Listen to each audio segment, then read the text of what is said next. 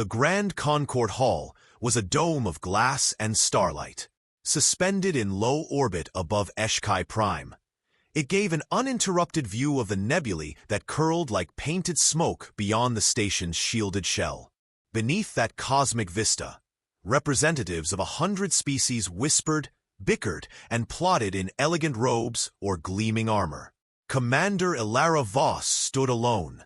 Her black uniform was sharp and undecorated, a deliberate absence of flair.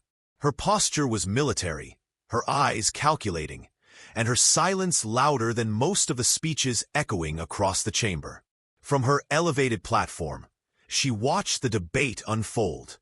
Not a single human flag waved among the tiered rows of the Concord Council today. Not after the Ralphican border incident. Not after the accusations. Earth must answer, High Inquisitor Threx Varuan said smoothly. His voice, synthetic, polished, and dry, cut through the air like monofilament. 3 Mechari convoys destroyed. 7 minor races caught in the crossfire, all coinciding with human fleet activity. And yet no explanations, no accountability. He turned, reptilian eyes narrowing on her. Perhaps silence is a Deathworlder's confession. Gasps rippled. Ilara stepped forward. The convoys, she said calmly, were transporting classified military hardware through a demilitarized corridor. That's a violation of Articles 39 through 41 of the Concord Treaty. A treaty the Mechari authored, I might add. Laughter rang from the human delegation section. Empty but for 2 Earth diplomats seated like ghosts. Threx tilted his angular head. Treaty law? Or convenient deflection? I'm not here to trade barbs, Ilara replied. I'm here because humanity still believes in this alliance. Even if we are the only ones showing restraint. A silence fell. The implication hung, unsheathed. Threx broke it with mock concern. If this is restraint, Commander, one shudders to imagine the alternative.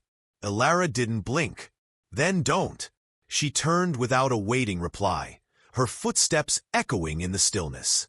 The session ended in murmurs, diplomatic tension clinging to every breath in the room. In the shadowed corridors behind the hall, Ilara found her second-in-command already waiting. Lieutenant Kale Dre was tall, titanium-boned, and distinctly human, though the polished Concord uniforms made him look like one of the cleaner species. He handed her a data chip without speaking. Surveillance footage from the Chiron outpost, he said finally. You need to see it. She slipped the chip into her wrist pad.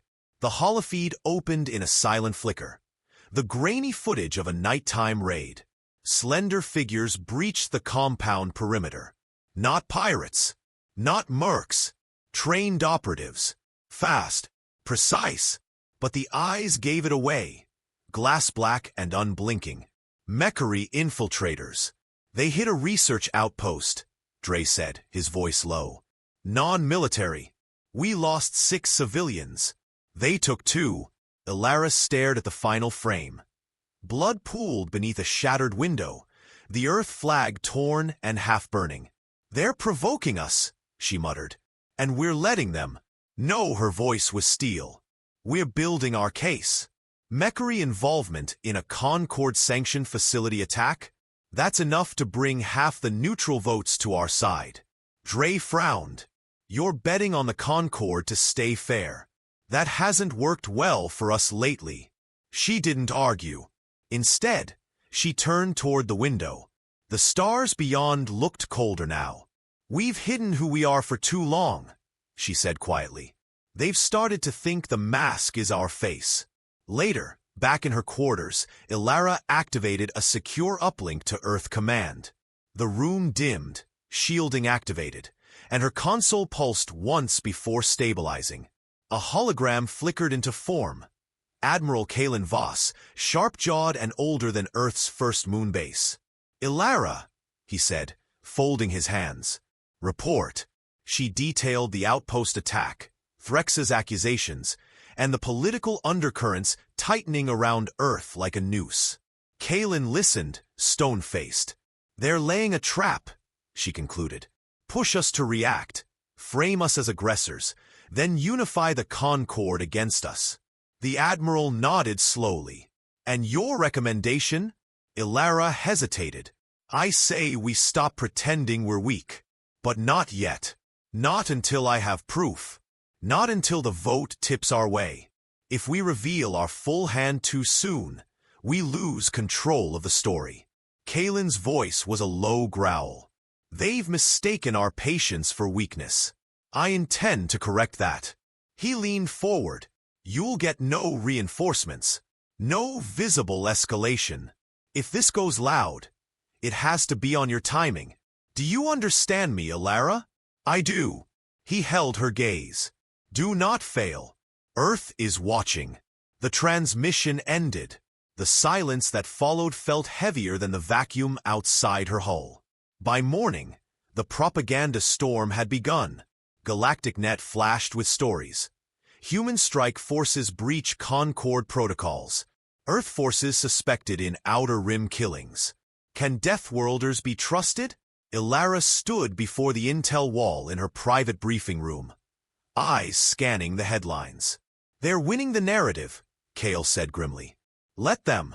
Ilara touched a blinking red icon on the holomap. Let them get comfortable. Then we pull the curtain back. Her comm beeped. A diplomat from the Zirin coalition wanted an unscheduled meeting. They're early, Kale noted. No, Ilara said. They're scared. She straightened her coat, adjusted the matte black collar. Time to remind them why they should be. The meeting room aboard the Argent Vow was quiet. Too quiet for a ship designed by humans. No ambient music, no buzzing displays. Just the soft hum of fusion coils and the steady, measured breath of those waiting. Ilara Voss stood at the head of the table.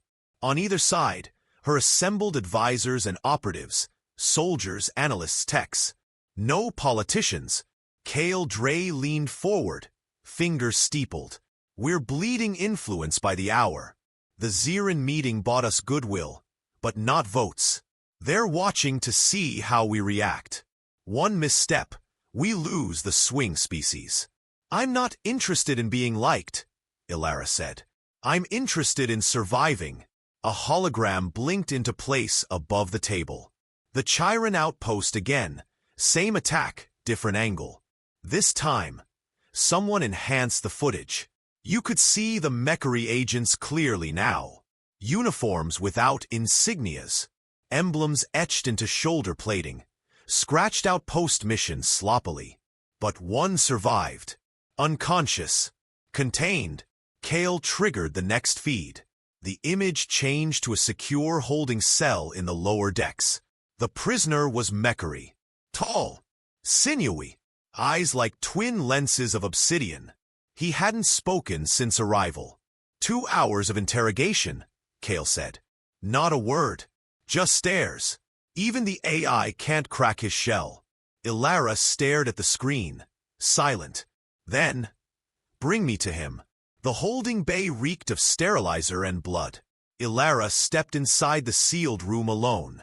No guards. No weapons. Just her and the operative, still shackled to the floor by heavy mag restraints. He looked up as she entered, and for the first time he spoke. You're late. Ilara stopped mid-step. Expecting me? I was briefed. The human commander. The face that hides the knife. Your reputation is growing. She crossed the space between them slowly, kneeling to meet his eyeline.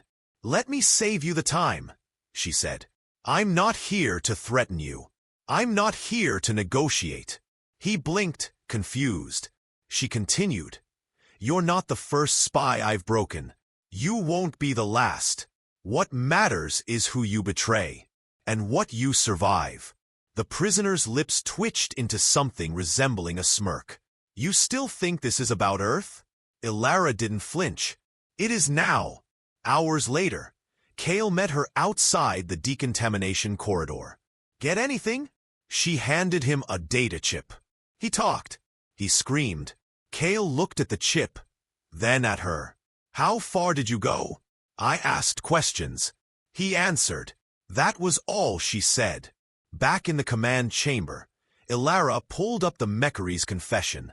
Not words, images. Coded sequences, intercepted orders, troop movements masked as trade convoys. All of it pointed to the same conclusion. The attack on Chiron wasn't rogue. It was sanctioned by the Mechari government. Worse, several Concord delegates had been informed in advance. That's treason, Kale said. To the Concord. To us, Ilara corrected. The room fell into silence as the weight of that truth settled. Kale broke it. We go public? No, not yet. We need more. More? She nodded. Proof isn't enough. We need spectacle. Ilara's team moved fast. Within 12 hours, 3 more dead drops were cracked open. Mechari signatures in each.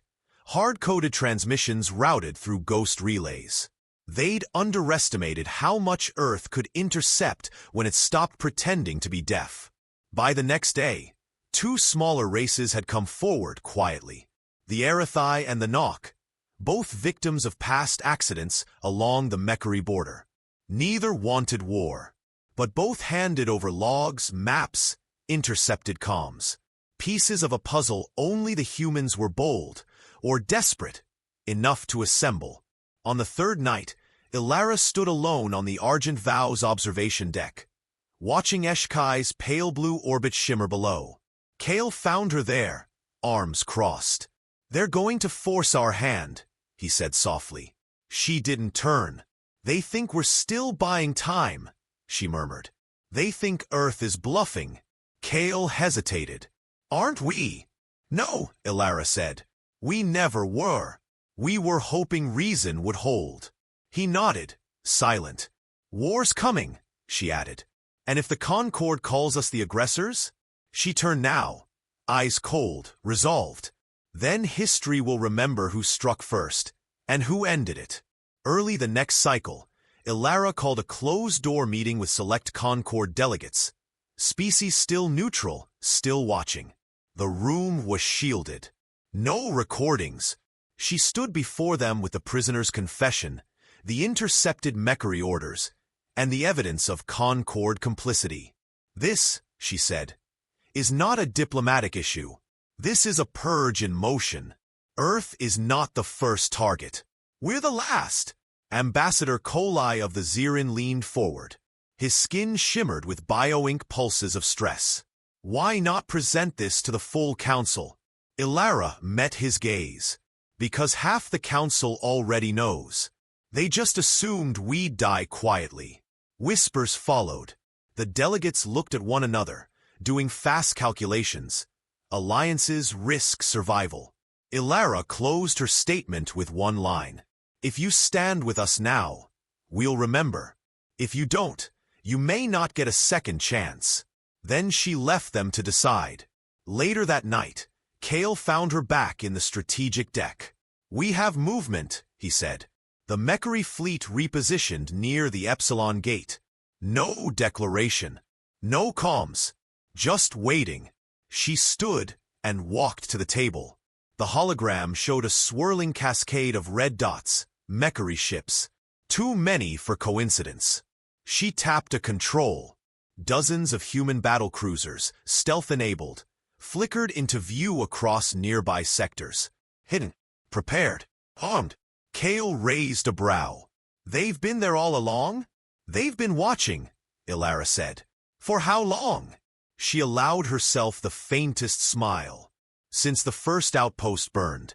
Kale let out a low whistle. And now? Now we wait. Until they fire first. And the moment they do, she tapped a final command. A message cued itself into the fleet uplink. A single word. Unleash. The first strike came without warning. Ilara Voss was mid-sentence in a tactical briefing when the alarms hit. 3 sharp pulses, followed by red strobes snapping across the command deck of the Argent Vow. Status, she barked. Confirmed hostile engagement. The comm officer shouted. Mechari fleet opened fire on Patrol Group Theta near the Epsilon Gate. No warning. Direct hit on the Borealis. Ilara didn't blink. Casualties? Severe. They're venting atmosphere. We're not getting return signals from the bridge crew. The room chilled. Not from shock, but from something colder. Anticipation. Kale looked at her. That's it then. No more pretenses. She turned to the holotable, calm amid the chaos. Open fleet channel. All units. The officer hesitated. Protocol. She cut him off. We've been authorized. Execute order Vantage. A low, sharp intake of breath followed. The code wasn't classified, but it was never spoken aloud. Not in meetings. Not in training. It was a relic from the early integration days. A contingency the galaxy had dismissed as myth. Broadcasting now. The officer confirmed, voice tight. Ilara spoke into the mic, her voice even, unwavering. To all Terran naval units, this is Commander Ilara Voss. The illusion of diplomacy has failed.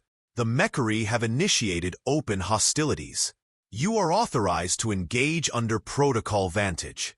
No quarter, no hesitation. We do not start wars, but we end them. The line went dead. Seconds later, across the void, the Argent Vow shuddered. Not from damage, but from power reallocation. Defensive shielding restructured. Plasma vents ignited. The ship's entire silhouette changed, like a wolf finally baring its teeth. Kale was already watching the tactical feed. They're not ready, he muttered. They thought we'd hesitate. Let's make them regret that.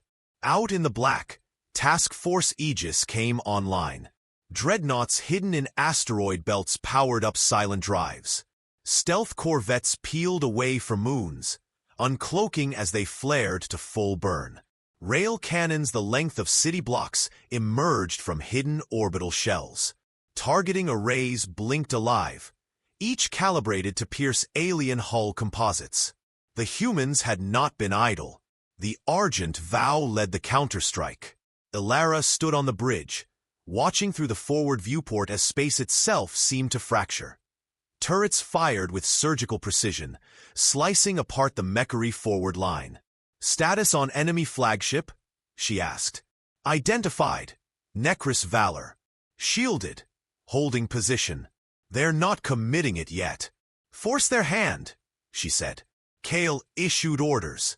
3 Terran warships veered hard, targeting Mechari escort vessels with precision barges. One by one, the enemy formations buckled. Aboard the Necris, Threx Varuin no doubt watched, expecting a human retreat or a botched defense. Instead, his fleet was crumbling. Ilara spoke into a private line, broadcast to all Concord frequencies. Full documentation of Mechari aggression, transmission logs, and telemetry from the Borealis incident. Encrypt it. Stamp it with my clearance. Let the Council see what provocation looks like. The communications officer nodded. Sending now. In orbit of HFY Prime, Concord media hubs buzzed to life.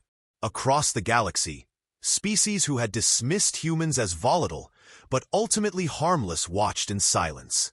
Not as victims, not as diplomats, but as tacticians, as soldiers, as predators with restraint no longer held. Contact on our left flank, the tactical officer called. 3 Mechari destroyers attempting to encircle. Pattern suggests a feint. Let them, Ilara said. Divert power to forward kinetic projectors. Prep counter barrage. The enemy moved into position. Right where they were expected, the Argent Vow opened fire. 2 destroyers vanished in a bloom of white plasma. The third tried to retreat. Failed. Confirming kill zone cleared, Kale said. No further hostiles on this vector. Ilara didn't respond. Her eyes were locked on the tactical map. The Mechari flagship still hadn't moved. Why isn't he engaging? She said aloud. Kale stepped closer. Maybe he's scared. No, he's waiting for something. She scanned the field, then noticed it. A data spike. A subtle, unauthorized signal jump behind the lines. She tapped the console. Someone's trying to hack our fleet AI net. Kale blinked. Impossible. Not if they've been mapping us for years. She activated a counter code. Purge all remote node access. Firewall our uplink arrays. Manually reset command AI synchronization. No outside comms until I say otherwise. It took 10 seconds. In that time, 3 defense drones collapsed mid-flight. 1 corvette glitched, spun, rebooted, and recovered. Then silence. The signal vanished. Kale exhaled. That could have been a massacre, she finished. They weren't just provoking us. They were preparing to cripple our systems from within once we went loud. Which means they expected us to lose. And they still do. She turned toward the viewport again. Time to prove them wrong. The Argent Vow approached the Mechary flagship. Shield harmonics clashed invisibly in space as targeting locks triggered mutual alarms. Ilara opened a narrow beam. Commander Voss to Necris Valor. High Inquisitor Varuin, this is your only offer. Surrender now, and your ships may survive. Static. Then Threx's voice, silk wrapped around contempt. Is this your display, Commander? This tantrum? Call it a reminder. He laughed. We outnumber you 3-1. And yet you're hiding behind others' wreckage. She gave him 3 seconds. He didn't respond. Very well. She gave the command. The human flagship fired. This was no warning shot. The kinetic lance drove through space at near-relativistic velocity. The Necris Valor's starboard engines erupted in flame. The flagship turned, slowly, grudgingly, finally entering the battle it had provoked. 30 minutes later, the Mechary fleet was in full retreat. Not broken, yet, but bleeding badly. Half their escorts lost. Flagship crippled. Communications jammed. Ilara let them run. She didn't chase. She knew the cameras were rolling, knew the council was watching, knew that restraint, now, was the sharper weapon. Kale stepped beside her. What now? We give them a message, she said. Not just the Mechary. All of them. She activated the open channel again. This is Commander Ilara Voss, speaking for the Terran Defense Authority. We have responded with proportional force to direct acts of war. Let this be understood across the stars. We are not weak. We are not silent. But we have been merciful. That time is over. She ended the feed. Silence. Then cheers from her crew. Silent nods from her officers. Kale met her gaze. Do we hold back now? Ilara didn't smile. No. From here on out, we show them what Deathworlders really are. The war should have escalated. After the Mechary defeat at Epsilon Gate, the Concord expected retaliation. Swift, brutal, galaxy-rattling. But what followed was worse. Silence. The kind that wraps itself around you like a storm waiting to break.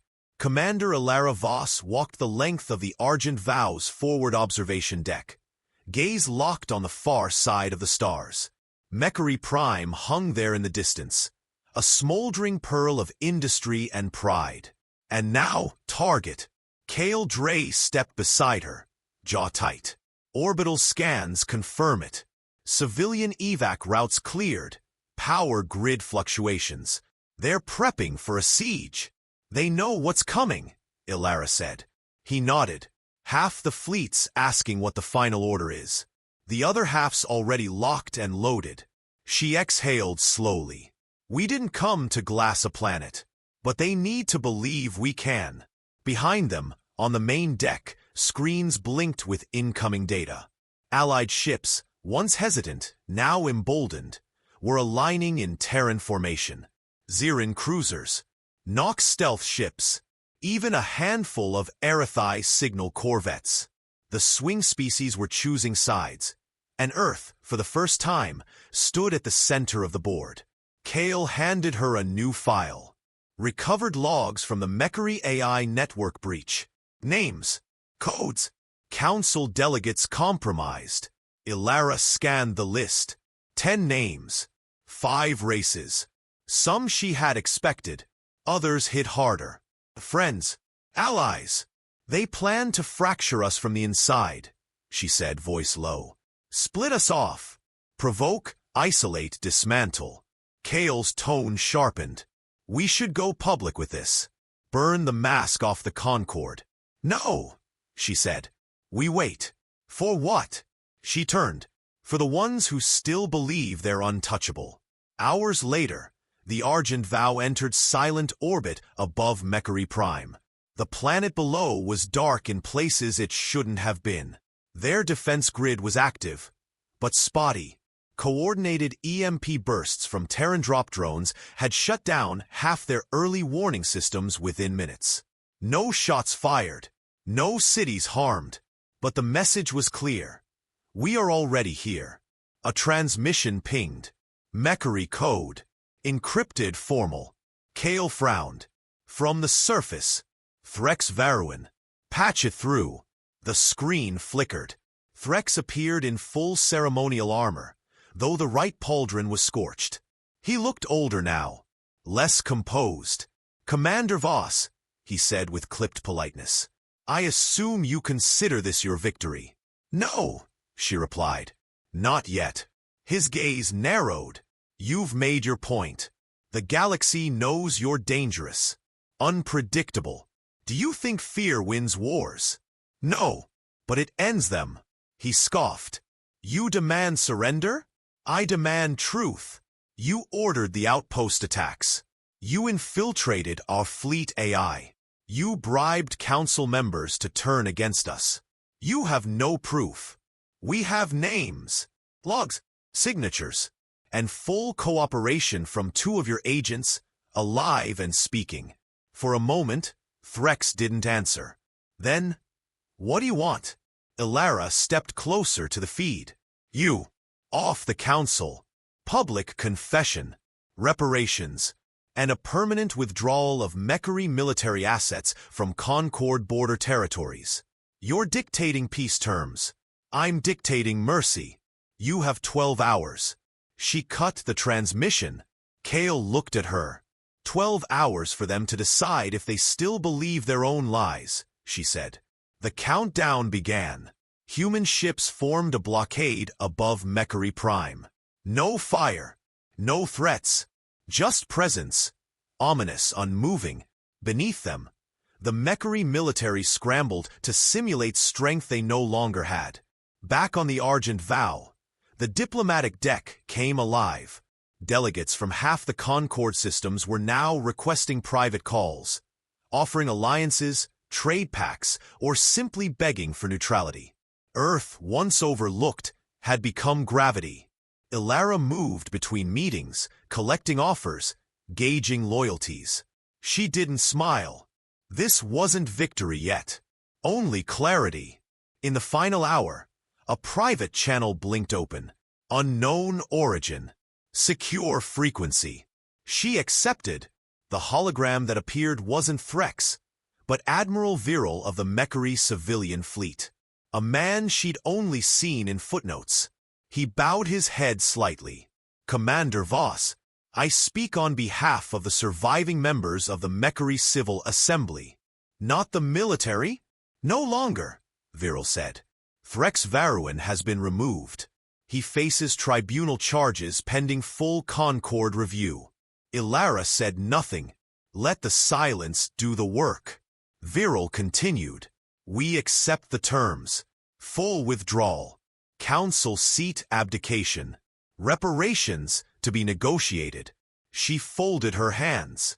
And the broadcast? He nodded. Live transmission within the hour. To all member systems. Only then did she breathe. The announcement went out on every Concord channel. Threx Varuin, stripped of rank, stood in ceremonial exile robes. No armor. No banners. He read the statement in a low, bitter voice, admitting fault, acknowledging aggression, and resigning under the full scrutiny of the Galactic Charter. By the end, Thousands of Concord citizens from dozens of species had witnessed what none believed they ever would. A Deathworlder didn't destroy their enemy. She dismantled them, and did it without a single civilian lost. On the command deck of the Argent Vow, Kale handed Alara a datapad. Fleet's standing down. Orders from Earth Command are coming in. They want you back on HFY. She nodded, setting the pad aside. Did we win? He asked.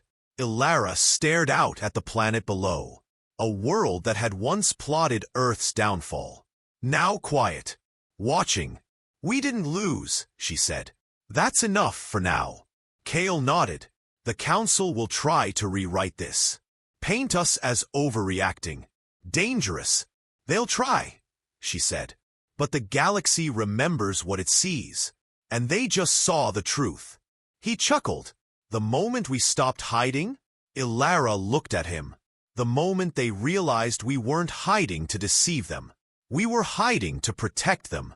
A beat passed. Then she whispered, almost to herself, and maybe to protect ourselves. The Argent Vow docked above HFY Prime under armed escort. But no one doubted who was in control. Even the patrol ships kept their distance now. As Alara Voss disembarked, the station's central promenade, once cold and indifferent to Earth's presence, fell into a hush. Delegates turned to watch. Some with awe, some with fear. A few with guilt. The silence wasn't hostility. It was deference. Kale walked beside her, nodding toward the Concord Hall entrance. Security doubled. They're worried someone might try to make a statement. They already made one, Alara said, adjusting her collar. And now they're learning to live with it. Inside the hall, the council chamber had changed. The Mechary seat stood empty, its flag removed. The vacant podium flickered under the ceiling's ambient glow like a wound left open too long. Alara stepped up to the central floor, every motion deliberate. Her boots echoed across the polished obsidian tiles. Counselor JSA of the Arathai rose first. We acknowledge Earth's actions as justified, she said clearly, and commend your precision in minimizing civilian harm. Others followed. Even those who had condemned her weeks ago now folded their words in caution. It was more than apology. It was a repositioning of power. Alara didn't smile. Instead, she placed a small black box onto the central platform. A recording device. Secure. Uneditable. She tapped it once. The chamber lights dimmed as a projection bloomed overhead. Intercepted Mechary orders, AI infiltration blueprints, the prisoner's confession. One by one, the lies unraveled. Publicly, irrefutably. When the feed ended, she said only one thing. This is what we were dealing with. You wanted us to play diplomat. We played guardian. And then, when we had to, we acted. Her voice remained steady, her tone razor-sharp. We didn't escalate. We endured. We didn't hide our strength. We restrained it. A murmur ran through the chamber. JSA sat down slowly. Alara nodded once, turned, and walked away without asking permission or waiting for applause. Because she didn't need either. Back on the Argent Vow, Alara stared through the viewport. HFY's orbital traffic flowed like glowing veins, oblivious to the political aftershocks still rippling through the council. Kale entered behind her. Command just confirmed it, he said. Earth has been offered a permanent seat on the Concord Security Council, with full veto authority. And the catch? They want you to take it. Alara didn't reply right away. She kept her eyes on the stars. They wanted us gone last month, she said. Kale shrugged. Now they want you to keep the peace. She turned.